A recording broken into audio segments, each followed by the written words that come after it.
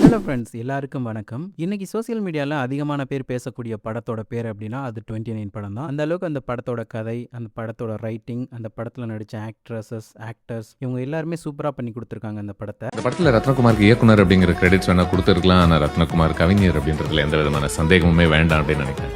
மேயாதமான், குலுகுலு, ஆடை இந்த மாதிரி படங்கள்லாம் எடுத்த டைரக்டர் ரத்னகுமார் அவர்கள் தான் இந்த படத்தை எடுத்து கொடுத்துருக்காரு. படத்துக்கு சியான் ரோல்டன் அவர்கள் வந்து மியூசிக் போட்டிருக்காங்க. உங்க வாயை தூக்கி என் காதுல வைங்களேன். காதுல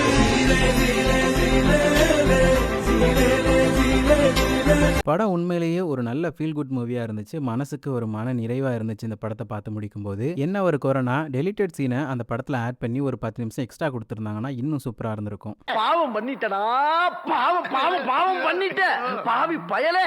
சரி, ஓகே, படத்தை பத்தி ரொம்ப பேசிட்டே இருக்காம இந்த படத்துல இவங்க என்னென்ன இன்ட்ரெஸ்டிங்கான சம்பவங்கள்லாம் பண்ணி வச்சிருக்காங்க அப்படின்றத நம்ம டீகோட் பண்ணி இந்த வீடியோல நம்ம பார்க்க போறோம். உண்மையிலேயே 29 படத்தை பார்த்துட்டு இந்த வீடியோ பார்த்தீங்கன்னா உங்களுக்கு ரொம்ப ரொம்ப பிடிக்கும் இந்த வீடியோ. சரி, வாங்க வீடியோக்குள்ள போலாம். காதுல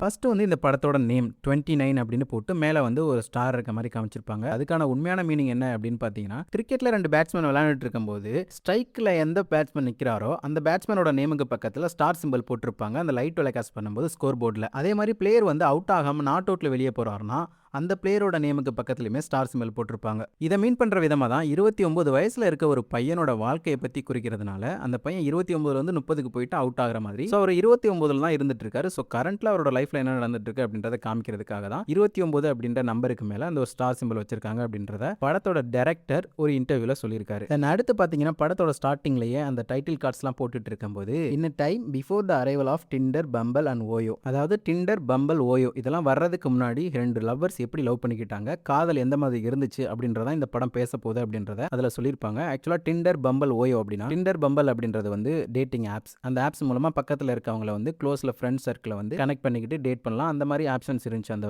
ஆப்ஸில். அதே மாதிரி ஓயோ அப்படின்றது வந்து அஃபோர்டபுள் ப்ரைஸில் வந்து ரூம்ஸ் அவைலபிளாக இருக்கும் அந்த ஆப்பில். ஸோ லவ் பண்ணுறவங்க, லவ் பண்ணாமல் லஸ்ட்டுக்காக பண்ணுறவங்க இவங்கெல்லாம் வந்து அந்த ஆப்பை யூஸ் பண்ணி பயன்படுத்திக்குவாங்க. ஸோ இப்படிப்பட்ட சௌரியங்கள்லாம் வர்றதுக்கு முன்னாடி ஆஃப்லைனில் 2 லவ்வர்ஸ் லவ் பண்ணிக்கிட்டாங்கன்னா அந்த லவ் எப்படி இருக்கும் அப்படின்றத இந்த படம் பேச போகுது அப்படின்றத அந்த சென்டென்ஸ் மூலமா ஒரு டிஸ்க்ளைமரை கொடுத்துட்டாங்க. இந்த படத்தோட கதை நடக்கிற பீரியட் பார்த்தீங்கன்னா 2008, 2009, 2010 அண்ட் 2011 இந்த பீரியட்ல தான் கதை நடக்கிற மாதிரி காமிச்சிருப்பாங்க. ஸோ அந்த டைம்ல இந்த 3 ஆப்ஸுமே கிடையாது. படத்தோட ஸ்டார்டிங்லேயே வாய்ஸ் ஓவரில் வந்து ஹீரோ பேசுவார். எனக்கு இருக்க முக்கியமான பிரச்சனைகளே ஒன்று ஐடென்டிட்டி கிரைசிஸ், அதாவது அடையாள நெருக்கடி அப்படின்னு சொல்லுவார். ஆனால் எனக்கு இருக்கிற முக்கியமான பிரச்சனை அடையாள நெருக்கடி, ஐடென்டிட்டி கிரைசிஸ். ஸ்டார்டிங்கில் ஒரு சின்ன டைலாக் வச்ச மாதிரி தான் இதை ஸ்டார்ட் பண்ணியிருப்பாங்க. பட் படம் ஃபுல்லாக பார்த்தா தான் தெரியுது இந்த படம் ஃபுல்லாமே ஐடென்டிட்டி கிரைசிஸை பற்றி தான் பேசியிருக்கு அப்படின்னு சொல்லிட்டு. அவங்க சொந்த ஊரில் பார்த்தீங்கன்னா ஒவ்வொருத்தவங்களும் இதுதான் நம்ம அடையாளம் அப்படின்ற மாதிரி சொல்லுவாங்க. ஒருத்தர் சாதி அடையாளம் பூசுவார், இன்னொருத்தர் மத அடையாளம், இன்னொருத்தவங்க கிரிக்கெட் மேட்ச்சில் நம்ம இந்தியா அதுதான் நம்மளோட அடையாளம் அப்படின்னு சொல்லுவார். இன்னொருத்தர் பெண்கள்லாம் துப்பட்டா போடாமல் காலேஜ் போயிட்டு இருக்காங்க, அதை நம்ம தட்டிக்கணும் அப்படின்னு சொல்லிட்டு ஒரு ஆணாதிக்க மனநிலையில் இதுதான் நம்மளோட அடையாளம் அப்படின்ற மாதிரி சொல்லுவார். ஸோ இந்த மாதிரி ஊரில் இருந்தால் ஒவ்வொருத்தவங்களும் ஒரு அடையாளம் கொடுக்குறாங்க, அதனால தான் நான் சென்னை கிளம்பி போகிறேன் அப்படின்னு டைலாக்ல சொல்லுவார். இப்படி ஊர்லேயே இருந்தா ஆளுக்கு ஒரு அடையாளம் கொடுக்குறாங்கன்னு தான் நான் சேலத்தை விட்டு சென்னைக்கே வந்தேன். அடுத்து வர்ற சீனில் 4 வருஷமாக இதே டேபிளில் தான் நான் உட்காந்து வேலை பார்த்துட்டு இருக்கேன், எதுவுமே மாறல, இன்னும் எனக்கான அடையாளத்தை தேடிக்கிட்டு தான் இருக்கேன்னு சொல்லிட்டு அப்போவும் அந்த அடையாளத்தை மென்ஷன் பண்ணி அவர் சொல்லியிருப்பார் ஒரு டைலாக்ல. இன்னும் எனக்கான அடையாளத்தை தேடிட்டே இருக்கேன். என் பேரு சத்யா.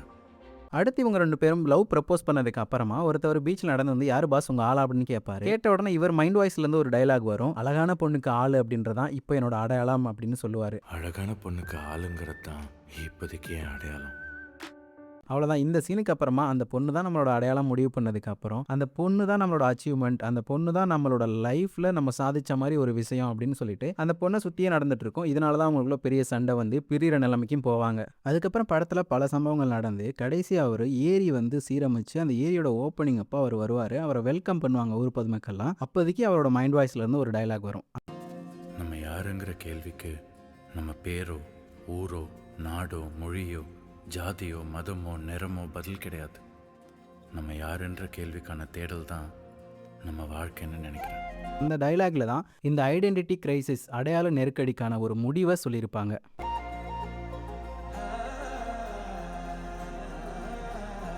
அடுத்ததாக இந்த படத்தோட கதை வந்து 2010க்கு முன்னாடி நடக்கிற மாதிரி இருக்கிறதுனால அந்த டைமில் என்னென்ன விஷயங்கள் இருந்துச்சோ அதெல்லாம் இந்த படத்தில் யூஸ் பண்ணியிருப்பாங்க. எக்ஸாம்பிள் பார்த்தீங்கன்னா நோக்கியா C2 ஃபோனு, அதே மாதிரி நோக்கியாவில் இருக்க டச் ஃபோனு, அதே மாதிரி அந்த டைமில் வீடியோ கால் பேசுறதுக்கு ஸ்கைப்பை தான் பயன்படுத்துவாங்க. அதே மாதிரி சோஷியல் மீடியா ஆப்னு சொல்லிட்டு அன்றைக்கி வந்து ஆர்குட் அப்படின்ற ஒரு ஆப் இருந்துச்சு, அதையுமே யூஸ் பண்ணியிருப்பாங்க. தென் வந்து Rotomac pen, Docomo SIM card and recharge card, Airtel சிம்மோட அட்வர்டைஸ்மெண்ட், இது எல்லாத்தையுமே அங்கங்கே காமிச்சிருப்பாங்க. தென் அதே மாதிரி இந்த படத்தோட டைம் லைன் பார்த்தீங்கன்னா 2009ல் ஆரம்பித்து அப்படியே ட்ராவல் ஆகி 2011 வரைக்கும் வரும். இதுக்கான அந்த இயர், டைமிங், டேட், அந்த பீரியட்ஸ்லாம் அங்கங்கே படத்தில் ஃப்ரேம்ஸில் காமிச்சு அழகாக கொண்டு போயிருப்பாங்க. ஃபஸ்ட்டாக பார்த்தீங்கன்னா இவர் டியூட்டியில் ஜாயின் பண்ணும்போது அந்த அட்டண்டன்ஸ் நோட்டில் பார்த்தீங்கன்னா 2009ல் February மந்த்து போட்டிருக்கோம். அடுத்து வர ஒரு ஃப்ரேமில் கேலண்டரில் பார்த்தீங்கன்னா 2009ல் வந்து அக்டோபர் மந்த் இருக்க மாதிரி காமிச்சிருப்பாங்க. தென் அடுத்த சீனில் பார்த்தீங்கன்னா சீலே சாங்கில் ஒரு கேலண்டரில் 2009ல் வந்து டிசம்பர் மந்தோட கேலண்டர் இருக்க மாதிரி காமிச்சிருப்பாங்க. தென் அதே சாங்லேயே பார்த்தீங்கன்னா கிறிஸ்துமஸ் கொண்டாடுற மாதிரியும் ஒரு சீன் வச்சிருப்பாங்க. ஸோ வந்து இது டிசம்பர் மந்த் அப்படின்றத மென்ஷன் பண்ணும். தென் அதுக்கப்புறம் பார்த்தீங்கன்னா ஹீரோ ஃபீவரில் படுத்து கிடப்பாரு. அப்போ அவங்க ஹீரோயின் மீட் பண்ண போகும்போது அந்த ரூமில் இருக்க கேலண்டரில் பார்த்தீங்கன்னா 2010 ஜனவரி மந்தோட கேலண்டர் இருக்கும். அதுக்கப்புறம் அவங்க ஆஃபீஸில் நடக்கிற கல்ச்சுரல்ஸில் அந்த டான்ஸ் பெர்ஃபார்முக்கு பின்னாடி இருக்க கட் அவுட்டில் பார்த்தீங்கன்னா 2010 February மந்த் இருக்க மாதிரி காமிச்சிருப்பாங்க. தென் அதுக்கப்புறமா இவர் மிக்கி மவுஸ் பொம்மை போட்டுட்டு பார்ட்டியமாக ஒர்க் பண்ணுவார். அந்த மாதிரி ஒரு மேரேஜ் போயிருக்கும்போது அந்த மேரேஜ் கட் அவுட்டில் பார்த்தீங்கன்னா 2010 அக்டோபர் மந்த் இருக்க மாதிரி காமிச்சிருப்பாங்க. அதுக்கப்புறம் இவங்க வந்து போராட்டம் பண்ணுவாங்க. அந்த போராட்டம் பண்ணும்போது அந்த ஃபைல் வச்சிருப்பாங்க அவங்க அம்மா. அந்த ஃபைலில் பார்த்தீங்கன்னா அரங்கநேரி 2011 அப்படின்னு போட்டிருக்கும். ஸோ இந்த மாதிரி படத்தில் 2009ல் ஆரம்பிச்சு 2011 வரைக்கும் அங்கங்கே கரெக்டாக date and time and month இதெல்லாம் கரெக்டாக காமிச்சிருப்பாங்க. அடுத்ததாக ஒரு இன்ட்ரெஸ்டிங்கான ஒரு ஃபேக்ட் சொல்கிறேன். இந்த படத்து மூலமாக தான் எனக்கே தெரிய வந்துச்சு. என்ன அப்படின்னு பார்த்தீங்கன்னா இவரோட ஃப்ரெண்டு வந்து இவங்க லவர் விட்டுட்டு போன கதையை வந்து ஈவினிங் டைமில் சரக்கு அடிச்சுக்கிட்டு குடிச்சுக்கிட்டு சொல்லிட்டு இருப்பாரு. அவர் சொல்கிற அந்த ஸ்டோரியில் பார்த்தீங்கன்னா நான் ஒரு வாட்டி ஆளை வீட்டுக்கு பொண்ணு கேட்டு போனேன். அப்போ அவங்க அம்மா வந்து என்கிட்ட தம்பி நாங்கள் சாப்பாட்டில் பூண்டே சேர்த்துக்க மாட்டோம்டா அப்படின்னு சொல்லிட்டாங்க. நானும் அதுக்கு பூண்டே சேர்த்துக்காதவங்க வெங்காயத்தை மட்டுமா சேர்த்துக்க போகிறாங்க, பொங்கடி வெங்காயங்களா அப்படின்னு சொல்லிட்டு வந்துட்டேன் அப்படின்ற மாதிரி அவன் சொல்லிட்டு இருப்பாரு. நாங்கள் சாப்பாட்டில் பூண்டே சேர்த்துக்க மாட்டோம்டா அம்பி அப்படின்னு நான் அவ்வளோதான் ஃபினிஷ். பூண்டே சேர்த்துக்க மாட்டாங்க, வெங்காயத்தை மட்டுமா சேர்த்துக்க போகிறாங்க, பொங்கடி வெங்காயங்களான்ட்டு வந்துட்டு நான் ராத்திரி ஆனால் ஆக்சுவலாக இதுக்கு என்ன மீனிங், எதுக்காக அவங்க அப்படி சொன்னாங்க அப்படின்னு பார்த்தீங்கன்னா வைதிக பிராமணர்கள் வீட்டில் பூண்டு இன்னுமே சேர்த்துக்க மாட்டுறாங்களாம். ஏன்னா பூண்டு சாப்பிட்டா அது வந்து அசைவம் சாப்பிட்டதுக்கு சமமாக, வெங்காயத்தையும் அதே மாதிரி தான் பார்க்குறாங்களாம். அதை வந்து இப்போ ஒரு சில பிராமணர்கள் மாற்றிக்கிட்டாங்களாம். பட் இன்னுமே சில பிராமணர்கள் ஒரு முக்கியமான பூஜை நாட்களில், முக்கியமான சாமிக்கு உகந்த நாட்களில் அந்த பூண்டு வெங்காயத்தை சாப்பிட்றத இன்றைக்குமே அவாய்ட் பண்ணிட்டு வந்துட்டு இருக்காங்களாம். ஸோ அந்த லேடி வந்து நாங்கள் பிராமணர்கள் அப்படின்றத இன்டெரக்டாக சொல்லியிருக்காங்க. இவரும் அதை புரிஞ்சுக்கிட்டு வெங்காயத்தை மட்டுமா சேர்க்க போகிறீங்க அப்படின்னு சொல்லிட்டு வந்ததை ஒரு ஃபேக்டையும் சொல்லி நாங்கள் பிராமணர்கள் அப்படின்றத இன்டெரக்டாகவும் சொல்கிற மாதிரி அந்த டயலாக்ல வச்சுருப்பாங்க. சூப்பராக இருந்துச்சு. அடுத்ததை இவங்க 2 பேரும் பீச்சில் உட்காந்து பேசிகிட்டு இருக்கும்போது அந்த பொண்ணுக்கு இவரை பிடிச்சிருக்கும். அதனால் இவங்க வந்து இவன் ப்ரொபோஸ் பண்ண மாட்டேங்கிறானே அப்படின்னு சொல்லிட்டு இன்டெரக்டாக சில விஷயங்களை அவங்க பண்ணுவாங்க. கொஸ்டின் கேட்பாங்க, கையை வச்சு பார்க்க சொல்லுவாங்க காய்ச்சி அடிக்குதான்னு. அதில் ஒரு டாப்பிக்காக பார்த்தீங்கன்னா டைட்டானிக்கில் உனக்கு என்ன சீன் பிடிக்கும் அப்படின்ற மாதிரி கேட்பாங்க. அதுக்கு இவர் எனக்கு ரம்மி விளையாடுற சீன் பிடிக்கும் அப்படின்னு சொல்லுவார். ஆனால் அதுக்கப்புறம் ஒரு சீனில் பார்த்தீங்கன்னா இவங்களோட ரூமில் டைட்டானிக் படத்தோட அந்த ஃபேமஸான போஸ், கையை வச்சு நிற்கிற போஸோட போஸ்டர் ஒட்டியிருப்பாங்க. இவர் ஓட்டினாரோ இல்லை அவங்க ஃப்ரெண்டு ஓட்டினாரோ, யார் ஓட்டான்னு தெரியாது. பட் டெய்லி இந்த ஒரு போஸ்டரை பார்க்கும்போது டைட்டானிக் படத்தில் என்ன சீன் பிடிக்கும்னு கேட்கும்போது இதை சொல்லாமல் அவர் அந்த சீனை சொல்கிறாரு அப்படின்னா அதுக்கான ஒரு லாஜிக்குமே படத்தில் வச்சுருக்காங்க. கடலை பார்த்தாலே எனக்கு டைட்டானிக் படம் தான் ஞாபகம் வரும். நான் அந்த படத்தை ஒரு 20 வாட்டி பார்த்துருப்பேன். அந்த படத்துலேயே உனக்கு ரொம்ப பிடிச்ச சீன் இது? அந்த ஹீரோ ரம்மி விளையாண்டு டிக்கெட் வின் பண்ணி ரன்னிங்லேயே கப்பல்ல ஏறுவார்ல, அந்த சீன் செம்மையாக இருக்கும். கல்யாணம் ஆயிடுச்சா? ஆகல, அதுக்கு என்ன? எப்படி அவன்? பிகாஸ் அவருக்கு அவரோட வாய்ஸ்லேருந்து நிறைய விஷயங்களை சொல்ல முடியாது, தயக்கம் இருக்கும். அதுக்காக தான் மைண்ட் வாய்ஸ் அப்படின்னு ஒரு கான்செப்டை வச்சுருப்பாங்க. விஜய் இந்த மாதிரி கேட்டதுக்கப்புறம் ரிட்டன் வந்து ஒரு பீச்சில் உட்காந்துக்கிட்டு அந்த மைண்ட் வாய்ஸில் யோசிப்பார். நம்ம வந்து மற்ற பசங்க மாதிரி நிறைய திறமைகள் இருந்தால் அதை வச்சு நம்ம ப்ரொப்போஸ் பண்ணலாம். எக்ஸாம்பிளுக்கு டைட்டானிக் படத்தில் வர ஜாக் மாதிரி வரைகிற மாதிரியோ இல்லை கிட்டார் வாசிக்கிற மாதிரியோ இல்லை வயலின் வாசிக்கிற மாதிரியோ இருந்தால் அந்த ஒரு திறமையை வச்சு நம்ம இம்ப்ரெஸ் பண்ணலாம். நமக்கு எதுவுமே இல்லை அப்படின்ற மாதிரி மைண்ட் வாய்ஸில் யோசிச்சுட்டு இருப்பார். ஸோ இதில் வந்து என்ன தெரிய வருதுன்னா அவர் வந்து ரொம்ப இன்னசென்ட்டாக கிடையாது, எல்லா விஷயமே தெரியும், எல்லாத்தையும் பேசணும் போல் தோணும். பட் ரொம்ப தயக்கம். அவரால் வார்த்தைகளால் நிறைய விஷயங்கள் பேச முடியாது.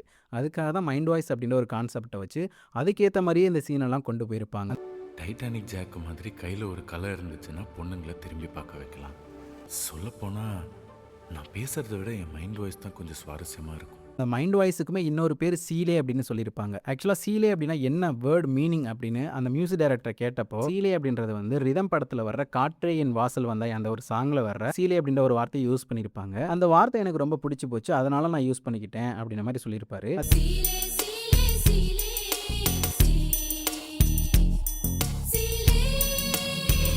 அதே மாதிரி ரத்னகுமார்கிட்ட கேட்டப்பவும் தான் பேசணும்னு நினைக்கிற வார்த்தைகளை அவனால் சொல்ல முடியல, தயக்கப்படுறான். அதுக்காக அவன் யூஸ் பண்ணிக்கிற ஒரு வார்த்தை தான் சீலே அப்படின்றத மென்ஷன் பண்ணியிருப்பாரு. அதே மாதிரி தான் படத்துலையுமே கரெக்டாக யூஸ் பண்ணியிருப்பாங்க. அடுத்ததா அதே பீச் சீன்ல இவங்க ப்ரப்போஸ் பண்ணி முடிச்ச உடனே அந்த பொண்ணு அவங்க காலில் போட்டிருந்த ஹீல் செப்பலை கலட்டி அவர்கிட்ட கொடுத்துட்டு இதை பிடி ரொம்ப குத்திக்கிட்டே இருக்கு அப்படின்னு சொல்லிட்டு அந்த ஹீல் செப்பலையும் ஹேண்ட்பேக்கையும் கொடுத்துட்டு அவங்க ஓடிடுவாங்க. செருப்பு காலோட நடக்கவே முடியல. குத்துது. புடி. ஏன் இப்படி கழட்டி கொடுத்துட்டு ஓடினாங்க அப்படின்னு பார்த்தீங்கன்னா, ஒரு பையன் ரொம்ப ஹைட்டாக இருக்கான், நம்ம குள்ளமாக இருக்கோம். நம்ம 2 பேரும் சேர்ந்து பழகும்போது ஐயோ நம்ம ரொம்ப குட்டையாக தருவோமோ அப்படின்னு சொல்லிட்டு அந்த பையனோட மேட்ச் பண்ணுறதுக்காக இந்த ஹீல்ஸ்லாம் அவங்க யூஸ் பண்ணுவாங்க. ஒருவேளை பையன் ரொம்ப அழகாக இருந்தால் அதுக்கேற்ற மாதிரி நம்மளும் அழகாக இருக்கணும்னு சொல்லிட்டு சில மேக்கப்லாம் போடுவாங்க. அதே மாதிரி பையன் ரொம்ப நல்ல ட்ரெஸ்ஸிங் சென்ஸ் பண்ணால் நம்ம கொஞ்சம் புவராக பண்ணுறோமே அப்படின்னு சொல்லிட்டு அவனுக்கு ஏற்ற மாதிரி ட்ரெஸ்ஸிங் சென்ஸை மாற்றி மேட்ச் பண்ணுவாங்க. இந்த மாதிரி பையனாக இருந்தாலும் சரி பொண்ணாக இருந்தாலும் சரி பையனுக்கு ஏற்ற மாதிரி பொண்ணும் பொண்ணுக்கு ஏற்ற மாதிரி பையனும் மேட்சாக இருக்கணும் அப்படின்னு சொல்லிட்டு இந்த மாதிரி விஷயங்கள்லாம் பண்ணுவாங்க. இதுக்கு எக்ஸாம்பிளாக பார்த்தீங்கன்னா ஃபஸ்ட்டு இவங்க ஒரு சீனில் காமிக்கும்போது மலையில் இருப்பாங்க. அந்த மலை டைமில் ஒரு ஃப்ரேமில் இவங்களோட ஃபுட்டு காலை மட்டும் காமிப்பாங்க. அந்த டைமில் இவர் வந்து ஷூ போட்டிருப்பாரு.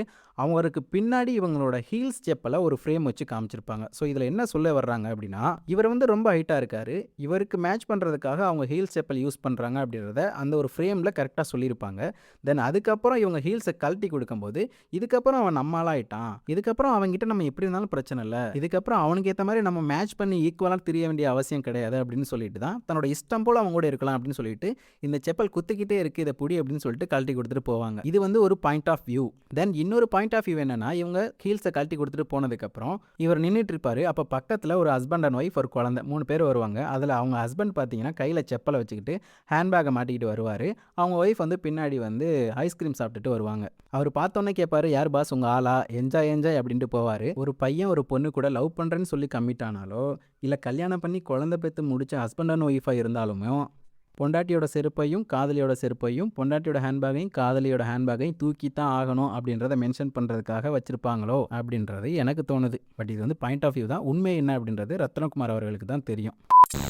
அடுத்ததாக இவர் ஃபஸ்ட் டைம் ப்ரப்போஸ் பண்ண ட்ரை பண்ணும்போது, செகண்ட் டைம் ப்ரப்போஸ் பண்ணும்போது, தேர்ட் டைம் ப்ரப்போஸ் பண்ணதுக்கப்புறம் ஃபஸ்ட்டு மீட்டிங்கில் ஒரு ஸ்மெல் இருக்கும் அந்த சீன்ஸில். என்னடா ஸ்மெல் இருக்கும் அப்படின்னு கேட்டிங்கன்னா, ஃபஸ்ட்டு சீனில் அவர் ப்ரப்போஸ் பண்ணணும் அப்படின்னு நினைக்கும் போது சாக்கடை ஸ்மெல் வந்து கெடுத்து விட்ரும். 2வது டைம் அவங்க பீச்சில் ப்ரப்போஸ் பண்ணுற டைமில் அவர் மேலே ரொட்டோமேக் பென் ஸ்மெல் அடிக்கும். 3வது அவங்க ப்ரப்போஸ்லாம் பண்ணி கமிட் ஆனதுக்கப்புறம் ஃபஸ்ட்டு மீட்டிங்கில் விஜய் மேலே கோவில் ஸ்மெல் அடிக்குது அப்படின்னு சத்யா சொல்லுவார். ஸோ இந்த 3 சீன்ஸ்லையுமே 3 ஸ்மெல்ஸ் 3 வாசனைகள் வர்ற மாதிரி வச்சிருப்பாரு டைரக்டர். ஏன் அப்படின்னு கேட்டிங்கன்னா, என்னோட பாயிண்ட் ஆஃப் வியூலேருந்து சொல்கிறேன். சத்யா பல குழப்பத்தில் இருக்கான். அவங்க அம்மா அவங்ககிட்ட பேசலை, சொந்த ஊரை விட்டு வந்துட்டான், சொந்த ஊரில் பல அடையாளங்கள் முத்திரை குத்துறாங்க. இங்கே வந்தால் 4 வருஷமாக ஒரே கம்பெனியில் வேலை பார்த்துட்ருக்கோம், ஒரே டேபிளில் தேய்ச்சிட்ருக்கோம், 29 வயசாச்சு, இன்னும் ஒரு லவ் கூட பண்ணலை. ஒரு பொண்ணு நம்மகிட்ட பேசுது, அது ஃப்ரெண்டாக இருக்குமா லவ்வராக இருக்குமான்னு தோணுது, பட் நம்ம லவ் பண்ணுறோம். இப்படின்ற பல குழப்பங்கள், பல மனசில் வருத்தங்கள் பித்து பிடிச்ச மாதிரி இருக்கான். அப்படின்றத வந்து அவன் ஃபஸ்ட் டைம் ப்ரப்போஸ் பண்ணும்போது அதை வந்து ஒரு சாக்கடை ஸ்மெல்லோட கம்பேர் பண்ணி சொல்கிறாரு.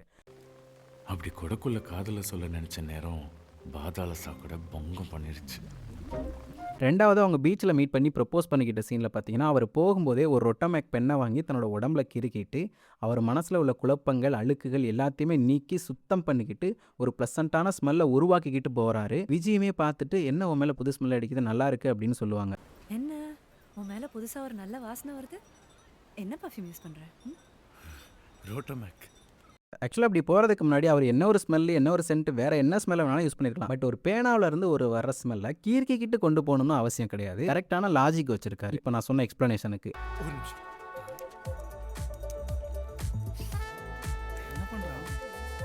அதே மாதிரி ஃபஸ்ட்டு அவர் ப்ரப்போஸ் பண்ண ட்ரை பண்ண சீன்லையும் பார்த்தீங்கன்னா, என்ன மாதிரி பசங்க நல்ல நறுமணத்தோட ரம்மியமாக ஜில்லுன்னு ஒரு சூழலை உருவாக்கி ப்ரப்போஸ் பண்ணால் ஒர்க் அவுட் ஆகுமோ என்னமோ அப்படின்ற மாதிரி சொல்லியிருப்பாரு. நல்ல நறுமணத்தோட ரம்மியம்மா ஜில்லுன்னு ஒரு சூழலை உருவாக்கி காதலை சொன்னால் ஒரு வேலை ஒர்க் அவுட் ஆகலாம்.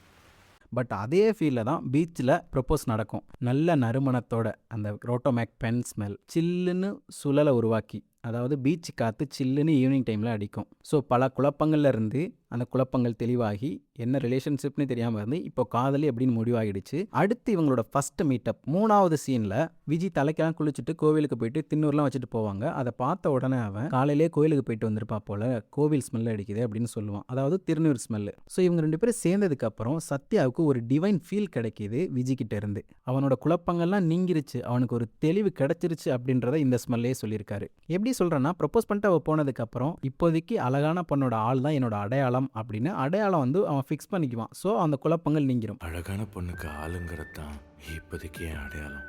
அதே மாதிரி சத்யா கிட்ட இருந்த ஸ்மெல்ல உணர்ந்து விஜய் வந்து சத்யா கிட்ட சொல்லுவான். பட் இந்த சீன்ல விஜய் கிட்ட இருக்க ஸ்மெல்ல உணர்ந்து சத்யா மைண்ட் வாய்ஸ்ல பேசிக்குவான். காலையிலே கோயில் போயிருப்பா போல, அந்த கோயில் வாசனை. ஸோ ரொம்ப அழகாக இருக்குது. சாக்கடை ஸ்மெல், ஒரு பேனாவோட ஸ்மெல், 3வது ஒரு கோவில் திருநீர் ஸ்மெல். இந்த 3 ஸ்மெல்லையும் வச்சு அந்த 3 சீன்ஸையுமே வந்து ரத்னகுமார் சார் என்ன சொல்கிறாருன்னு தெரில, அவரோட பாயிண்ட் ஆஃப் வியூ என்னன்னு தெரில. பட் நல்லா இருக்குது, சூப்பராக இருக்குது. அதே மாதிரி விஜய்க்கு சத்யாவை பிடிச்சிருக்கு, அதை லவ் பண்ணுறாங்க அப்படின்றத வந்து பீச்சில் உட்காந்துருக்கும் போது அவள் வந்து சில கொஸ்டின்ஸ் கேட்பா, கையை வச்சு பார்க்க சொல்லுவா. இதன் மூலமாக அவன் ப்ரப்போஸ் பண்ணிடுவான், சொல்லிடுவான் அப்படின்னு அவள் எக்ஸ்பெக்ட் பண்ணுவா. பட் இது வந்து பீச் நடக்கிற சீன். பட் அதுக்கு முன்னாடி ஒரு சீன்லேயே அவள் லவ் பண்ணுறா அப்படின்றத சிம்பாலிக்காக ஒரு மெசேஜ் மூலமாக சொல்லியிருப்பா. அவங்க 2 பேரும் கேட்டரிங்கில் அவனும் அவன் ஃப்ரெண்டும் உட்காந்துருக்கும் போது 100 மெசேஜ் இருக்கும்போது எதுக்குடா கேன்னு மெசேஜ் பண்ணியிருக்கா அப்படின்னு அவன் ஃப்ரெண்டு கேட்பான். ஸோ அந்த கே ஃபார் காதல் அப்படின்றத ஒரே ஒரு லெட்டர் மூலமாக அவள் ஏதோ சிம்பாலிக்காக சொல்லியிருக்கா. இவன் வந்து அதுக்கு ரிப்ளையாக கே ஃபார் என்ன அப்படின்னு ஏதாச்சும் கேட்டிருக்கலாம். அதுக்கப்புறம் அந்த கான்வர்சேஷன் பில்ட் பண்ணியிருந்தா அன்னைக்கே கூட ரிசல்ட் தெரிஞ்சிருக்கும். 100 ஃப்ரீ மெசேஜ் இருக்கும்போது ஒருத்தி கேன்னு உனக்கு ரிப்ளை கொடுக்குறானா, இது கன்ஃபார்ம் லவ் தான் மேம்.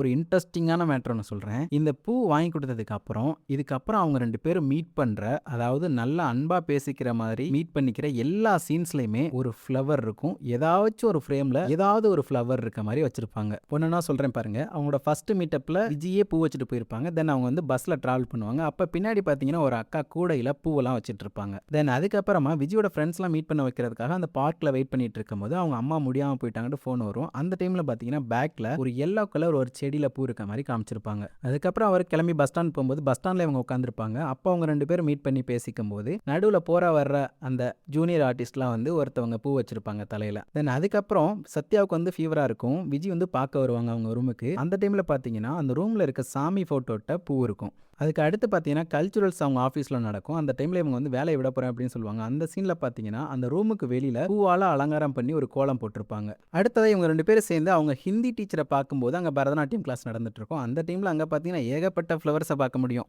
இந்த சீன்ஸில் எல்லாமே ஃப்ளவர் காமிச்சிருப்பாங்க. பிகாஸ் இந்த சீன்ஸ் எல்லாமே அவங்க 2 பேரும் சந்தோஷமாக இருக்க சீன்ஸாக இருக்கும். அடுத்து 2 சீன்ஸ் வச்சுருப்பாங்க. அதாவது அவங்க அம்மா அப்பா மீட் பண்ணுன்னு இருக்கும்போது அவங்க வராமல் போயிடுவாங்க. நெக்ஸ்ட் வந்து அவள் வந்து சாரி கேட்பா நைட்டில் வந்துட்டு. அந்த டைமில் பார்த்தீங்கன்னா எந்த ஒரு ஃப்ளவரையும் காமிச்சிருக்க மாட்டாங்க. அதே மாதிரி அவள் எக்ஸாம் வந்து மயக்கம் போட்டு விழுந்ததுக்கப்புறம் ரிட்டன் பிக்கப் பண்ணி வீட்டுக்கு வருவாங்க. அப்போ வீட்டில் 2 பேரும் பேசிக்கிற அந்த பிரேக்கப் சீன்லையுமே எந்த ஒரு ஃப்ளவரையும் காமிச்சிருக்க மாட்டாங்க. தென் இவன் வந்து ஏரியெல்லாம் சுத்தம் பண்ணி இவன் ஒரு பெரிய பேர் வாங்கினதுக்கப்புறம் அவளும் வந்து அங்கே இருப்பாள். ரிட்டன் இவன் போயிட்டு ஐஏஎஸ் எக்ஸாம் எழுது உங்கள் அம்மாவுக்காக அப்படின்னு சொல்லிட்டு அவங்க அப்பாவெல்லாம் மீட் பண்ண வச்சுட்டு வரும்போது அந்த சீனில் ஃப்ளவர் இருக்க மாதிரி காமிச்சிருப்பாங்க. தென் கடைசியாக இப்போ டெலிட்டட் சீன் வந்துச்சு பார்த்தீங்களா, அந்த டைமில் மாலையை வச்சு தான் அவங்க கல்யாணமே பண்ணணும். அங்கேயுமே ஃப்ளவர் இருக்கும். இதை பார்க்கும்போது எனக்கு வந்து இயல்பாக வச்ச மாதிரி தான் இருக்குது. பட் நானாக கண்டுபிடிச்சிருக்கேன். எனக்கு ஏதாச்சும் பாராட்டுகள் தெரிவிச்சுட்டு போங்க. அடுத்ததாக இப்போ பார்க்க போகிற இந்த ரைட்டிங் வந்து ரொம்பவே சூப்பரான ரைட்டிங், இன்ட்ரெஸ்டிங்கானது. என்ன அப்படின்னு பார்த்தீங்கன்னா கிளைமேக்ஸில் ஒரு சீன் வச்சுருப்பாங்க. இவங்க 2 பேரும் நெருக்கமாக அந்த பெட்டில் இருந்ததுக்கு அப்புறமா விஜய் வந்து சத்யா கிட்ட பேசிகிட்டு இருப்பாங்க. அந்த டைமில் நம்ம சயின்ஸ்லலாம் வரைவோம்ல ஆர்ட், அது வந்து வரைகிறது கொஞ்சம் கஷ்டம். ஆனால் அதுதான் ரியல், அதுதான் நிஜம். சயின்ஸ் எக்ஸாமில் ஒரு ஹார்ட் வரைவோம்ல, ஞாபகம் இருக்கா? அது வரைகிறது கொஞ்சம் கஷ்டம், ஆனால் அதுதான் நிஜம். அதே மாதிரி இந்த லவ்வர்ஸ்லாம் வரைகிறாங்கல்ல, அது வந்து ஃபேண்டசி, அது வரைகிறது ஈஸி. இப்போ நீ அந்த ஃபேண்டசி வேர்ல்டில் தான் இருக்க அப்படின்றத சத்யா கிட்ட சொல்லுவாங்க. லவ் பண்ணுறவங்க வரைகிற ஹார்ட் பார்த்துருக்கியா? இந்த க்ரீட்டிங் கார்டெல்லாம் இருக்குமே, அது வரைகிறது ஈஸி, ஏன்னா அது ஃபேண்டசி. உன் ஃபேண்டசிலேருந்து வெளியே வா சத்யா. ஆக்சுவலாக இது வந்து மிடில் நடக்கிற சீன் தான். அந்த டைமில் இவர் தூங்கிடுவார். ஸோ அந்த சீனையே ஃபுல்லாக கட் பண்ணி கிளைமேக்ஸுக்கு முன்னாடி வச்சா கரெக்டாக இருக்கும்ட்டு அங்கே வச்சுருப்பாங்க. ஸோ இந்த மாதிரி சொல்லி அதுக்கப்புறம் பிரச்சனை வந்து இவங்க அங்கே தனியாக டெல்லிக்கு போயிடுவாங்க. இவர் வந்து தனியாக ஏரி சுத்தம் பண்ண ஆரம்பிச்சிருவார். அங்கே ஒரு பொண்ணு இவரை லவ் பண்ண பார்க்கும். அங்கே போலீஸ் கேஸு, வில்லன், அந்த மாதிரி பல அடிதடி விஷயங்கள் சம்பவங்கள் நடந்துகிட்ருக்கும். பட் அந்த சூழ்நிலையிலுமே இவர் அந்த ஏரிக்குள்ளே ஒரு குச்சியை வச்சுக்கிட்டு அந்த சயின்ஸில் வர்ற மாதிரி ரியல் ஹார்ட்டை அழகாக வரைவார். அவ்வளோ பெரிய பிக்சராக வரைவார். ஸோ இதுலேருந்து என்ன சொல்ல வராங்கன்னா, அவர் அந்த ஃபேண்டசி வேர்ல்டை விட்டு நிஜ உலகத்துக்கு வந்துட்டார். தனக்குன்னு ஒரு அடையாளத்தை உருவாக்கிக்கிட்டாரு. இப்படி தான் இருக்கணும் அப்படின்றத புரிஞ்சுக்கிட்டாரு. விஜய் என்னையை விட்டு போனது கரெக்டு தான், சரியான முடிவு தான் அப்படின்றத புரிஞ்சுக்கிட்டாரு. அப்படின்ற மாதிரி என்னோட காதலுமே வந்து ஃபேண்டசி காதல் கிடையாது, உண்மையான ரியல் லவ் அப்படின்றதையுமே அந்த ஒரே ஒரு ஹார்ட்டை அந்த ஏரியில் வரைகிறது மூலமாக அந்த சீனை வச்சு இந்த எல்லா விஷயங்களையுமே கன்வே பண்ணியிருப்பார் ரத்னகுமார் அவர்கள். கைய கொடு. ஐயோ எப்பேற்பட்ட கற்பனை, என்ன ஒரு அழகு. நானும் எத்தனை எத்தனையோ கண்ட்ரிக்கு போய் எவ்வளவு ஸ்டாச்சுகளை வாங்கி என் பேலஸ்ல அடுக்கி வச்சிருக்கேன். ஆனா இந்த மாதிரி ஒரு அழகை என் லைஃப்ல நான் பார்த்ததே இல்லையா. அதுல என்ன அங்க நிக்கிற நீ கை கொடு இது கை இல்லையா உளியா. ஐயோ. ஸோ அவ்வளோதான் ஃப்ரெண்ட்ஸ், வீடியோ ரொம்ப லென்த்தாக போகிற ஒரே ரீசனுக்காக இதோட அந்த வீடியோ முடிச்சுக்கிறேன். நெக்ஸ்ட்டு இந்த மூவிக்கு பார்ட் 2வும் போடுறேன். இந்த படத்தில் உள்ள கவிதைகள் அண்ட் என்னென்ன பாலிடிக்ஸ் பேசியிருக்காங்க அண்ட் இன்னும் இருக்க சில ரைட்டிங் சீன்ஸ் எல்லாத்தையுமே பார்ப்போம். இந்த வீடியோ பிடிச்சிருந்தா மறக்காமல் like, comment, share and subscribe பண்ணி விட்டு போயிருங்க. தேங்க்ஸ் ஃபார் வாட்சிங் ஃப்ரெண்ட்ஸ்.